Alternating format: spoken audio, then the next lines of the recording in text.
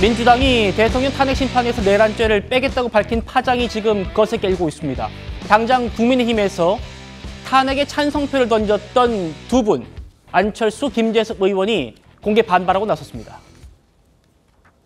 민주당이 매일같이 욕하는 이른바 법꾸라지, 법기술자의 기술인 거죠. 탄핵을 찬성한 제 입장에서도 용납할 수 없는 부분이라고 저는 생각합니다. 민주당이 더 이상 윤석열 대통령은 내란죄의 수괴가 아닙니다라는 얘기를 공식적으로 해버린 셈이거든요. 왜 탄핵이 되는지는 중요하지 않게 돼버린 거죠. 어떻게든 속도전으로 대통령만 끌어내면 이재명 대표가 대통령 될 수 있다라는 초조함에서 이런 일들이 벌어지는 건데 탄핵소추안에서 내란죄를 제어해야 한다는 것은 무엇보다 국민을 기망하는 저사입니다. 오로지 이재명 재판보다 하루라도 빨리 대통령 탄핵 심판을 앞당기기 위한 암수입니다. 최 의원님, 지금 두 분의 공통적인 얘기가 이재명 대표의 재판 시계보다 대통령 탄핵 심판 시계를 더 빨리 돌리기 위한 그 꼼수 아니냐 이런 분석이에요? 동의하시나요? 글쎄 그게 꼼수가 아니라 국회 소추인단이 지난 3일에 헌법재판소에서 설명을 할 때 그렇게 얘기를 했습니다. 탄핵 심판의 속도를 단축하기 위해서 내란죄를 철회하겠다는 취지로 얘기를 했고요. 공개적으로 그런 얘기를 했었어요? 그럼요. 그렇게 얘기를 했고요. 그에 대해서 이제 정영식 헌법재판관이 질문을 그렇게 했습니다. 그러면 내란죄 부분을 철회하겠다는 그런 취지냐? 이렇게 질문을 하니까 사실상 철회하겠다는 것입니다. 이렇게 답변을 했거든요. 그래서 이미 거기에 다 나와 있습니다. 국회 소추인단 설명에다 나와 있기 때문에 그건 뭐 의심할 여지가 없는 그 의도에 대해서는 의심할 여지가 없는 것이고요. 근데 이제 실제 이게 법률적으로는 뭐 좀 따져봐야 될 부분이 있습니다. 네.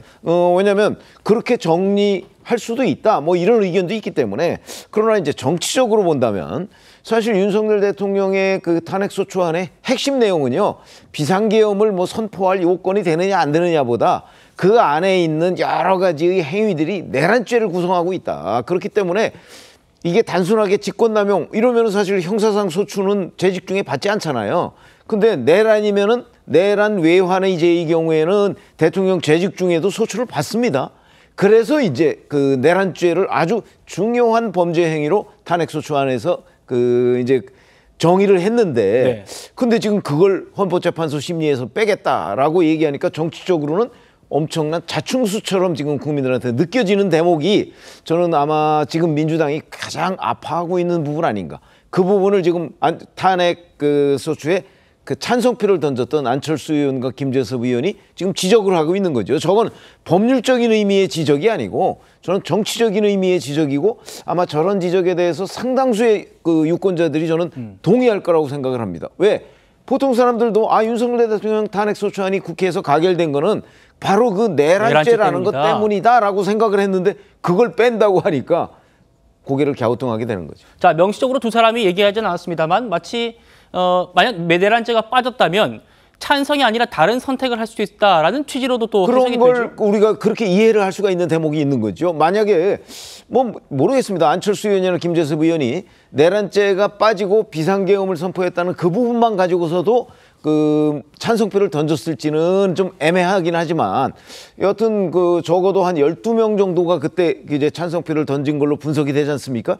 그럼 그중에 상당수는 아마 정말 내란죄라는 부분이 빠졌으면 윤석열 대통령 탄핵소추안에 내란이라는 표현이 38번이 나온다고 하니까 그게 빠졌으면 찬성 안 했을 만한 사람도 꽤 있었던 것 아니냐. 우리가 이런 관측은 충분히 해볼 수가 있죠. 예. 법적인 얘기 먼저 하고 정치적인 얘기 좀 다뤄보려고 했는데 지금 최 의원님께서 화두를 던져주셨기 때문에 이거 먼저 해보죠. 정영진 변호사님. 네. 지금 대통령 탄핵안이 가결 기억하시겠습니다만 204표였습니다. 그렇죠? 그러니까 지금 당장 국민의힘에서는 국민의힘 의원 5명만 다른 선택을 했다면 이건 부결됐을 것 아니냐. 그러니까 민주당에서 이번에 내란죄를 빼겠다고 했으니 그랬다면 탄핵안에 동의하지 않았을 거다라고 5명만 확인해주면 이거 헌재 증거 제시하고 다른 정치적인 절차 밟겠다. 이런 얘기인데 어떻게 보십니까? 지금 안철수, 김재섭 의원 공개적으로 저런 얘기를 하고 나섰습니다. 일단은 정치적인 부분에 대해서는 이제 우리 그 최병욱 편집장님이 뭐 우리나라 최고 정치부 기자 하셨으니까 네. 잘 말씀을 갖다가 해주셨기 때문에 저는 그냥 심플하게 법적인 이야기만 하겠습니다. 헌법재판소법에 보면요. 40조에 어떻게 되어 있느냐.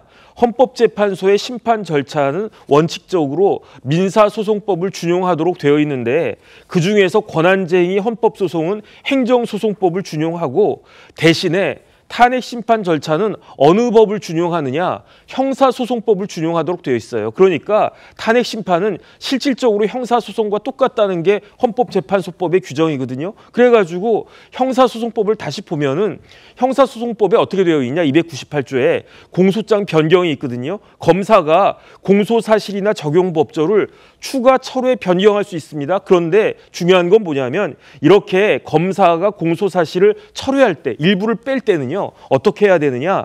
공소사실의 동일성을 해하지 않는 한도 내에서만 가능한 겁니다. 그런데 지난 원래 이제 탄핵소추안이 2번 있었잖아요. 첫 번째 안은 이제 통과가 안 됐고 12월 14일에 있었던 2번째 탄핵소추안이 통과가 됐는데 그 내용 제가 보니까 크게 2가지밖에 없어요. 첫 번째는 뭐냐? 비상계엄이 실체적으로 절차적으로 적법한 것이었는가? 2번째가 내란의 그 우두머리로서 윤석열 대통령이 내란의 우두머리로서 국헌문란 행위를 했는가? 이 2가지였단 말이에요. 네. 그중에 핵심이 뭐였습니까? 비상계엄이었습니까? 내란이었습니까? 제가 봤을 때 누가 뭐라고 해도 내란인데 그 내란을 갖다가 뺀다? 그러면 이른바 소추 사실의 동일성이 유지가 되는 겁니까? 저는 유지가 안 된다라고 생각을 하고요. 만약에 그럼에도 불구하고 민주당 측에서 이 탄핵 심판을 갖다가 탄핵 심판에 있어서 그 소추안에 있어서 내란 부분을 뺀다라고 하면 이거는 탄핵 심판 절차가 각하되거나 아니면 기각돼도 전혀 할 말이 없을 것이다. 그 생각이 듭니다.